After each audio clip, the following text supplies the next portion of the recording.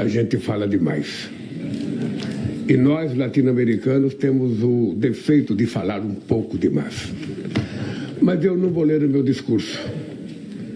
Eu queria, Boric, contar uma pequena história e que você, por favor, quando chegar os 4 minutos, pode me interromper. Eu queria falar um pouco de democracia, que é o que está em jogo para o futuro da humanidade, porque somente a democracia será capaz de reconstruir o multilateralismo e reconstruir a harmonia entre os seres humanos e a civilidade entre a relação dos Estados. Eu vou completar 80 anos dia 27 de outubro. Faço política desde os 24 anos de idade. E comecei fazendo política sem ser político. Eu tinha muito orgulho de dizer que eu não gostava de política e não gostava de quem gostava de política.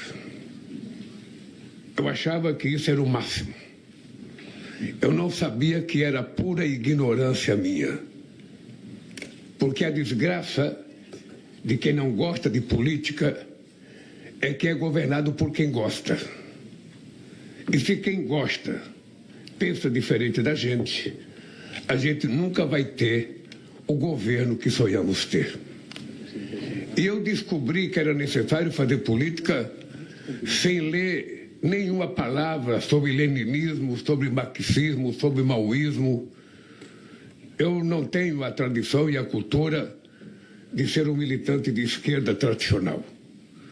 Eu era simplesmente um metalúrgico com 23 anos de idade que gostava muito de futebol.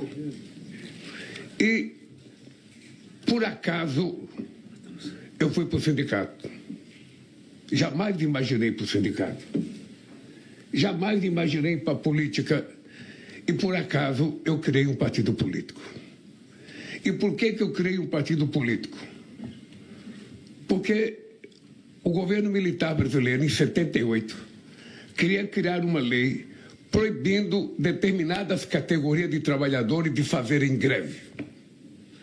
E eu fui a Brasília me manifestar na Câmara dos Deputados contra a aprovação daquela lei. E lá eu fiz a grande descoberta da minha vida. Eu descobri que não tinha trabalhadores no Congresso Nacional. Aí eu voltei para casa pensando, como é que eu, um operário, quero que votem leis favoráveis à classe trabalhadora se não tem trabalhador no Congresso Nacional? Foi essa a grande descoberta que eu fiz na vida e foi daí que eu criei um partido político. E o meu partido político, com apenas 8 anos, disputou a primeira eleição presidencial. Eu achava que era humanamente impossível o operário chegar à presidência da República pelo voto. E em 89 eu descobri que era possível, sim, porque eu disputei com todos os medalhões da política brasileira, todos os figurões, e eu, um simples metalúrgico, fui o segundo colocado.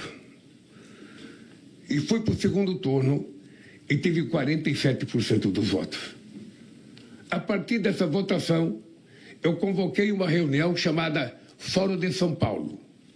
Convoquei toda a esquerda latino-americana para dizer para eles que era possível, sim, através do uso da organização dos trabalhadores, a gente chegar à presidência da República.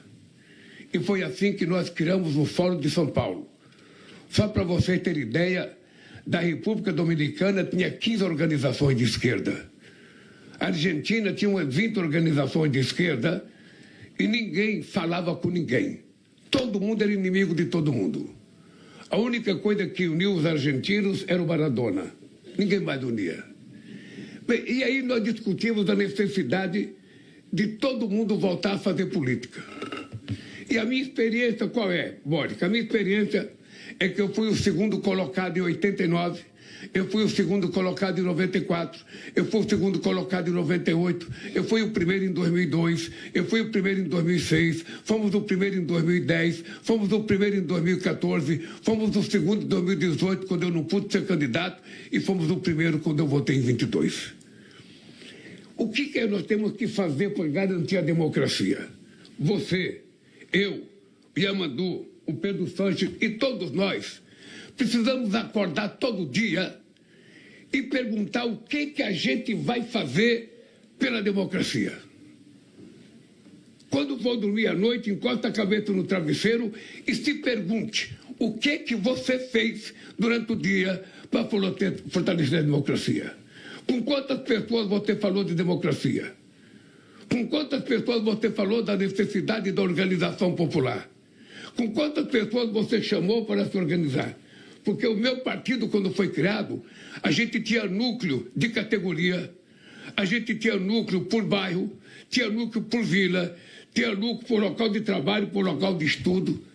Ou seja, era a sociedade civil organizada no seu local de moradia, no seu local de trabalho, que fazia com que a democracia pudesse vencer. Eu pergunto, o que nós fazemos hoje? Vamos botar a mão na consciência, todos nós que estamos aqui. O que nós fizemos ontem pela democracia? Com quantas pessoas nós falamos de democracia? Com quantas pessoas nós falamos de organização popular? Com quantas pessoas nós falamos de organização por bairro, por local de moradia, por local de estudo, por local de trabalho? A verdade é que nós não falamos. E se nós não falamos, nós não organizamos. E se nós não organizamos, a democracia perdeu. O que me inquieta hoje, companheiro Boris, quer saber o seguinte, e vou terminar com essa indagação. O que me importa hoje é a gente responder para nós mesmos aonde é que os democratas erraram. Aonde é e o momento que a esquerda errou.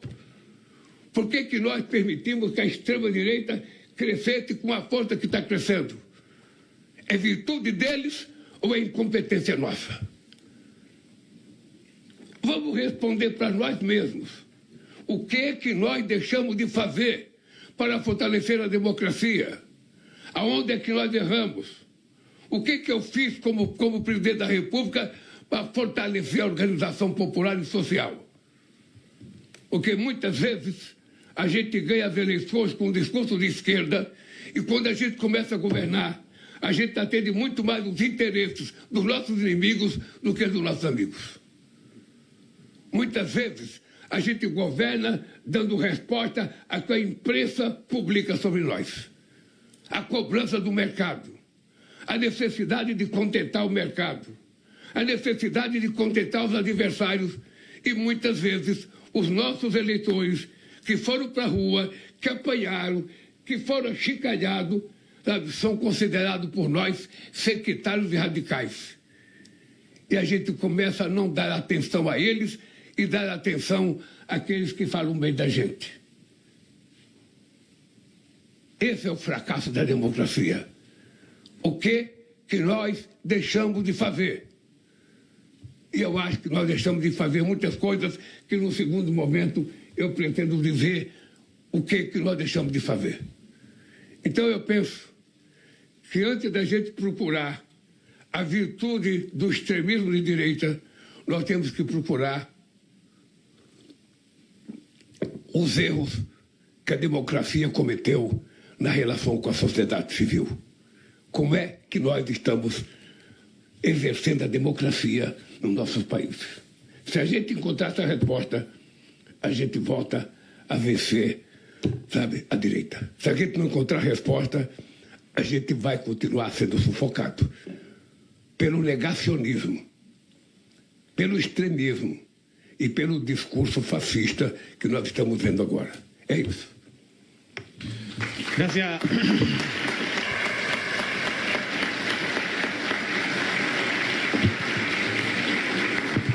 Gracias, presidente Lula. Es difícil dejar de ser latinoamericano.